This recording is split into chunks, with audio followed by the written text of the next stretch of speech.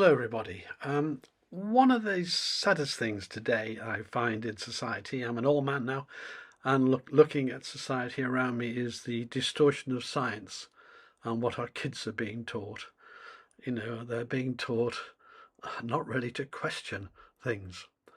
And if I was ever giving a talk to a school, as by myself to a school, I would tell them I would teach them about what science is, which is about questioning and so on. I give them examples of how everything's changed in science because of one man, etc. So that's what I do. I wouldn't want to impose my views. But these days, if you wish to get money for science in the academic world, you have to obey certain rules. And I'll give you an example. If I wanted to study the sex life of sparrows in Hertfordshire, I wouldn't get a grant. It's as simple as that. No one would finance me. But if I want to study the sex lives of sparrows in Hertfordshire and how they're affected by climate change, then I get the money. So there's a huge milk wagon, there's a huge industry of rubbish scientific papers being published. And I was on television this last Saturday on GB News to do with air turbulence. And I had a good team with me, people they thought might oppose me. We all agreed, actually. And there was no relation between climate change and air turbulence whatsoever. It's very simple to show that. And I'll be playing that video from GB News once I've made a few points. So, first of all, in this case, the whole thing about turbulence being related to climate change, that's turbulence and air travel, has come about because of the recent pretty bad Singapore Airlines flight and what happened, and then the media tend to escalate it all. But there happened to be a 2024 paper from Reading University, which is frankly rubbish. All you have to do to determine whether turbulence is changing, the amount of turbulence is changing, I'll look at all the data, which is really kept very well by for example, the Federal Aviation Authority, the FAA in America. That's all you have to do. But no. The scientists at Reading University did a model. They built a model and for a tiny little bit of the Atlantic, as it were, and said, oh, it's increasing by up to 55% in the future and all this nonsense. And the model, they didn't even allow for the increased air traffic. So when I show this graph on television, bear in mind the graph I'm showing is the amount of turbulence incidents on passengers per 100,000 miles. So it takes out the variations in the number of people. It just looks at how likely you are to suffer air turbulence as a passenger. And but before that, let me just show you what the media is doing with this before I put all this right by telling you the truth. Our impact project is attempting to predict areas of aviation turbulence up to 18 hours ahead with much better accuracy than ever before. NERC have been fantastic. They funded my PhD, which was the start of all of this, and then more recently they funded me through an independent research fellowship.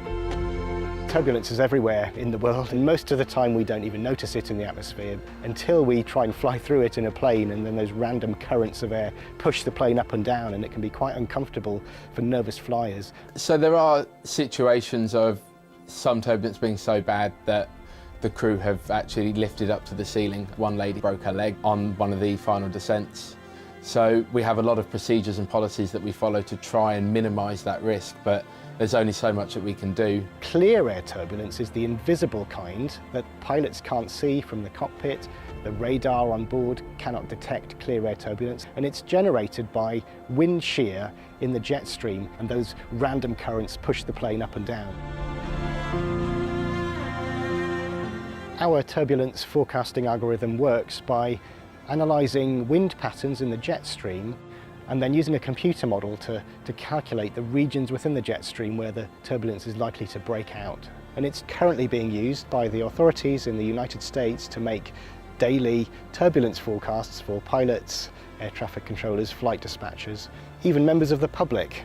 have access to the website where the forecasts are published. So nervous flyers, before they go to the airport, can check out the forecasts and see whether they're in for a bumpy flight or not.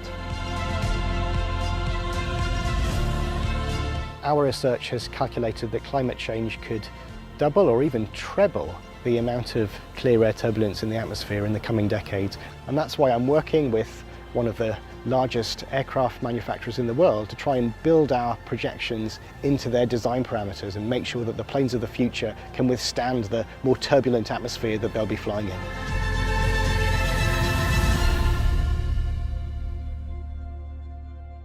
I'm all for the work of trying to forecast air turbulence. Obviously, that's common sense, no problem. But that last bit, where he linked it to climate change and so on, because of rising air temperatures that went round the world. And it's based on a paper that team published from Reading. And that paper is silly. It's a model. So if you're going to find that there's been any influence with climate change that they've been claiming all these decades, all you have to do is look at the data. How common is air turbulence? Now, as climate change got worse in the world, you'd see a rise, wouldn't you?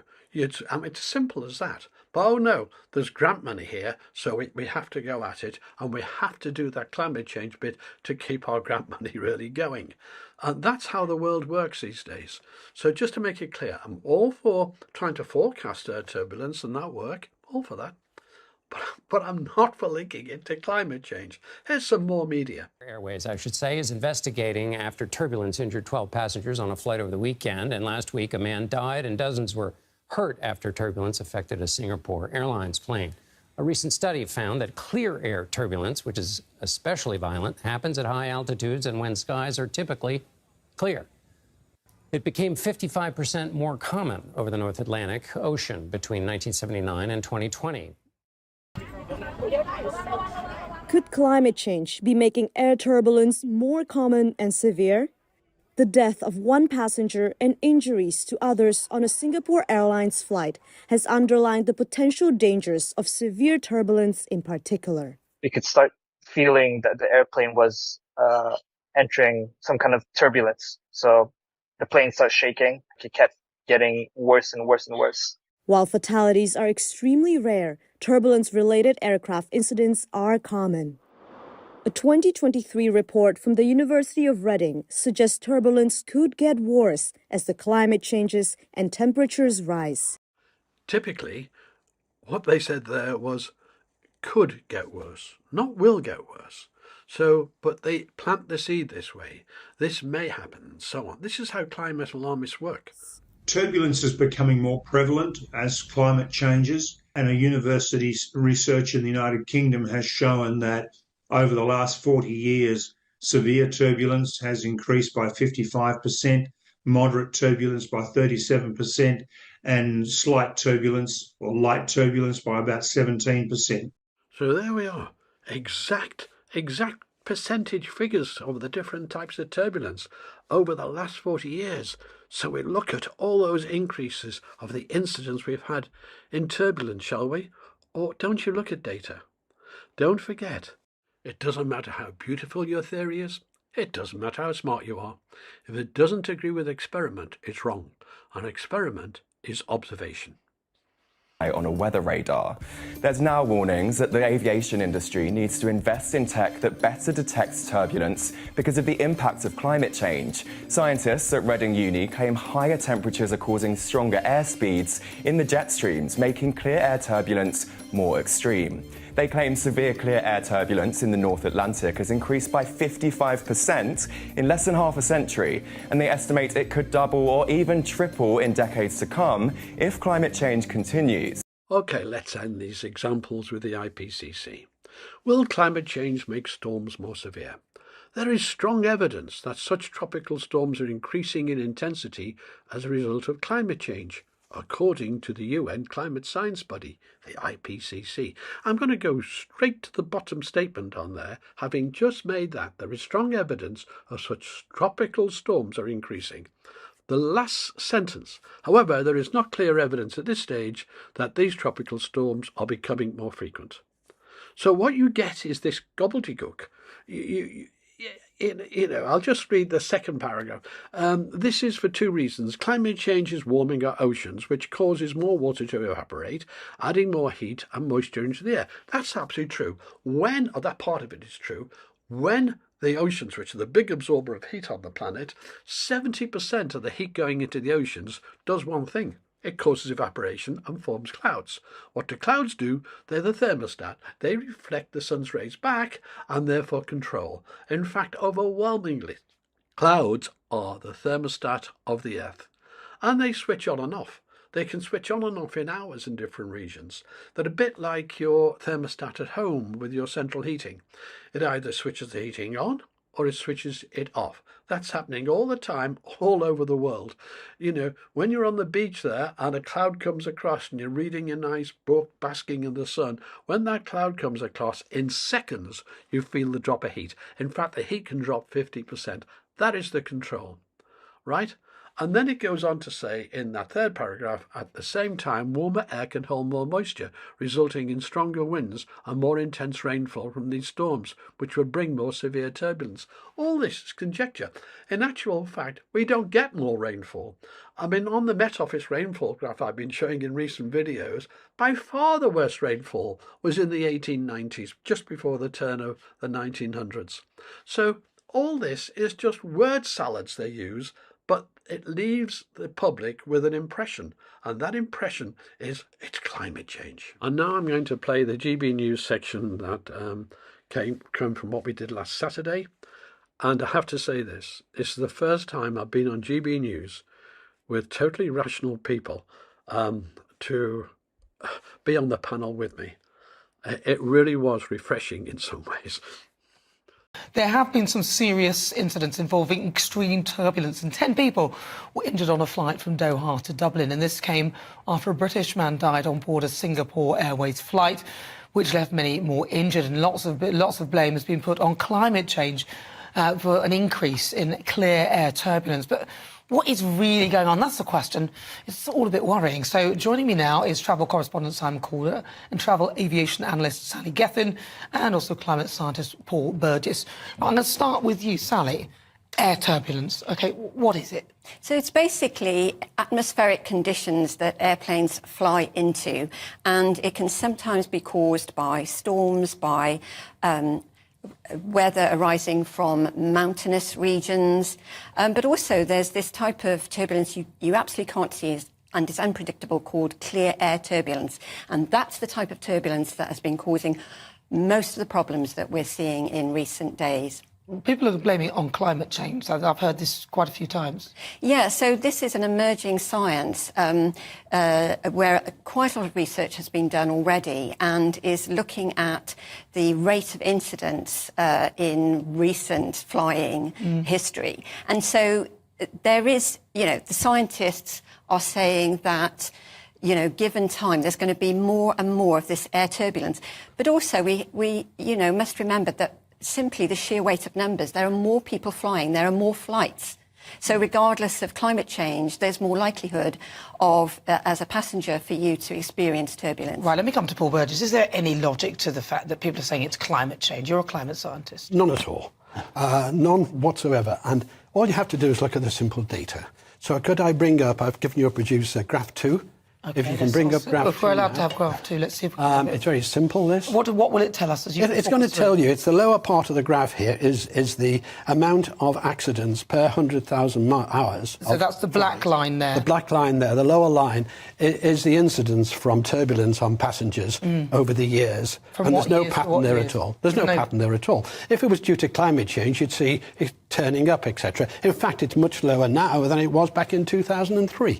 So if you look at the data, but what you've got is Reading University produced a paper recently, not based on observations, not based on facts, but based on a model in this little part of the North Atlantic that ignored lots of things and predicted, as they all do these models, it's going to be a disaster in the future. This is a typical taking a weather event and totally distorting. Where are those figures from? These are from the in America, from the FAA. It's a government figure. What does that stand for? Sorry? That's the FAA is the Federal Federal Aviation Authority. Administration. Thank you. Right, so Federal Aviation Authority, all my graphs. I've got another table, which is the number of actual accidents on passengers over the years here. Yeah.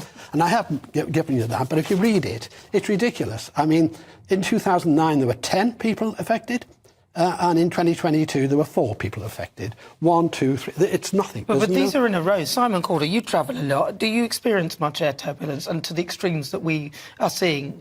What we have seen over the past 10 days or so, particularly with the tragic Singapore Airlines flight, is some really violent turbulence. Now, at no stage was the aircraft at all threatened, even though, of course, it was being hurled around. And I've studied the report so far for the Singapore Airlines event, and the kinds of forces that those poor passengers and cabin crew, remember for them this is effectively an industrial injury, went through was just awful. So for 5 seconds they were travelling downwards at 26 miles an hour on average. Imagine you're sitting there having a lovely time, they're serving breakfast, all very nice, and then suddenly you are dropping down. They had the sorts of G-forces that you would normally get on a really, really extreme theme park ride. So this was awful, really upsetting, and of course anybody who wasn't strapped in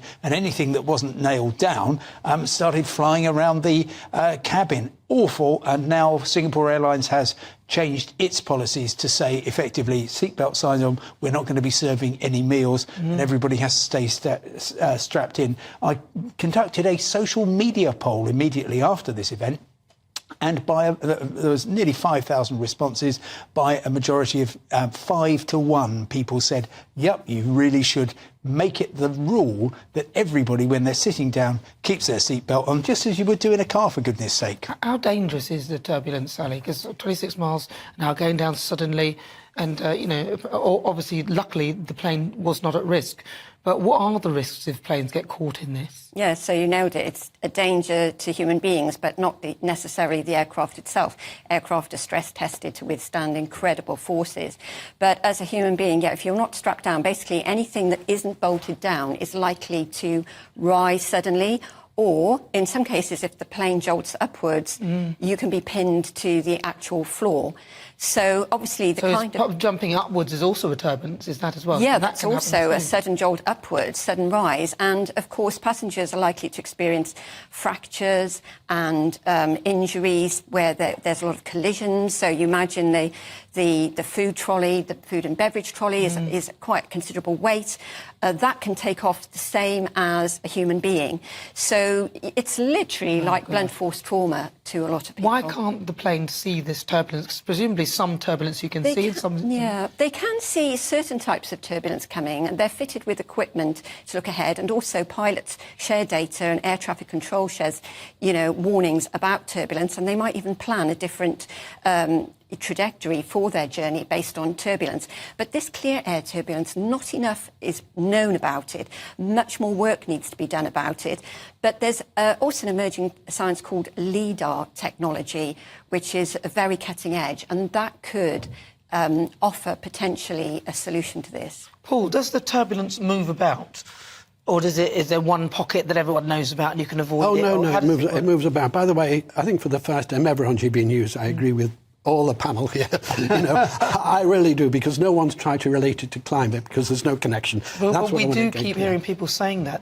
Yes, I know we do. Well, they use any excuse. excuse. They say it's climate is, against races, against particular people, and so on. That's all nonsense. I'm here to stop that ridiculous sort of claim. And the data shows there is no movement, there's no pattern to air turbulence. And the air turbulence can be, like if you're going over a mountain range, you can actually get a hole like this. Now, that can actually project you up, just as the lady said, or it can project you down, right? That can happen. That's life. Right. Accept it. All right. Well, so Simon, there's no way of avoiding it, really.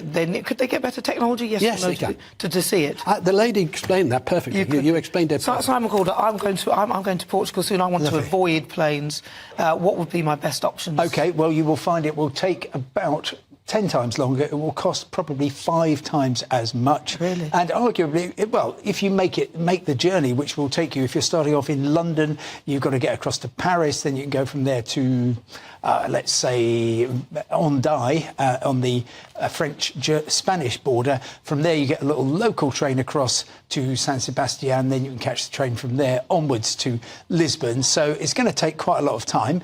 It will cost probably about £300-400 as opposed to £50, £60, £70 to get to Portugal. But you know, you'll have an adventure. However, I think the chances of anybody, I hope, being hurt in turbulence over the next few months is extremely low because people will keep their belts on.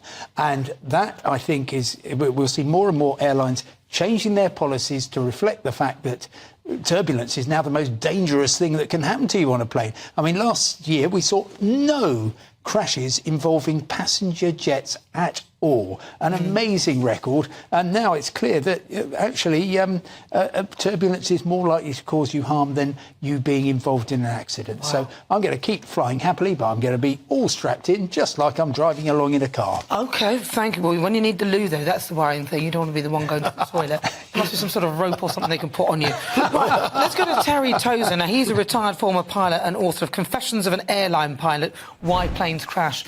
Terry Tozer, I wanted to ask you about air turbulence. In your experience as a pilot, have you been through a lot of air turbulence? Well, I guess so. I mean, everybody goes through turbulence on almost every flight to a degree. What you don't encounter is really severe turbulence very often. I've only had one really remarkable event.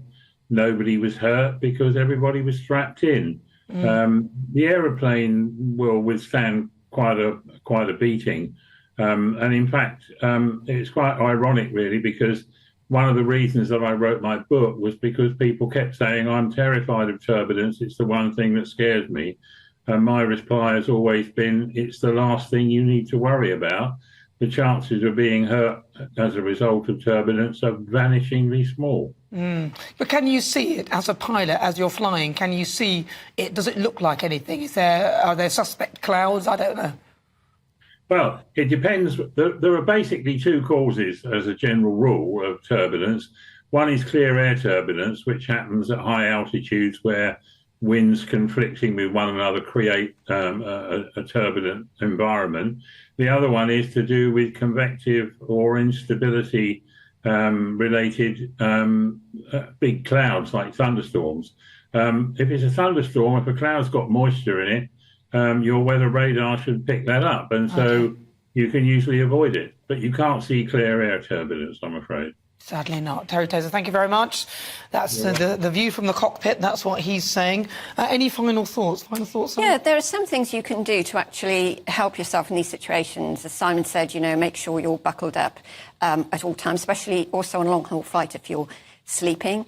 But also, there's some anecdotal evidence from flight attendants that people who are flying at the rear of the plane, sitting at the back, tend to suffer more impact than people seated further forward in the aircraft as well. And it goes without saying, make sure everything's safely stowed away, either in the overhead locker or safely under the seat in front of you. Quickly, you said it's true. Why is that true? Why is it safer at the front than the back? It's the leverage. The fulcrum of the aeroplane is around the wings. So if you've got a long lever, if you've got something at the back, you're going to get more movement than near the fulcrum. So fly over the wings if you can, and strap yourself in, and don't go to the toilet. That's the advice. Just very, very briefly, anybody who's watching who thinks turbulence, I hate it, I'm scared of flying, and decides to drive instead, you are vastly increasing your risk profile. That's true, but then if the plane's going down, it's going down, and you're vastly at risk of not surviving. That's the difference, I think. But yeah, you take your choices, you make your choices, just belt yourself in, belt up is what I would say. Well, OK, that was rather a pleasant, quiet exchange, really, because the people were rational. The lady at the far end there did say, you know, about the research showing climate and so on, but all she was doing was reporting what she was seeing. So what she was saying was correct. There is that research paper there. And for me, well, in the past, if I'd have presented that graph with the two people I've been against in the past, and we all know who I'm talking about, I know Jim Day would have said, that's spurious, that's meaningless, you're wrong, and so on. And you don't get anywhere in the conversation. So it was great for me to be able to produce the killer graph. Very simple. It couldn't be simpler. And because it was per 100,000 hours, it totally removed the variations in the number of people flying. It didn't matter because it's the rate of turbulence events that you're getting, and that hasn't changed. Well, it's changed from down like this, but no relation to climate. And that was my job that day, was to kill it. And the headline on GB News, when they did the clip on the train on the way back, I watched it. The headline was, climate science puts this to bed. As you all know, there's no such thing as a climate scientist, but I'm going to leave it at that because it's what the public understand.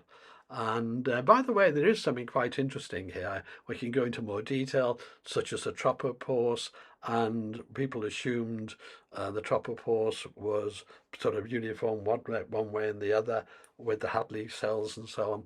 And all that's been turned on its head by some scientists from Ireland, actually. But that's a complete other story. And so, I'd say thank you for watching this. It's been a rather pleasant, easy one. One graph just kills a whole lot. Bye-bye.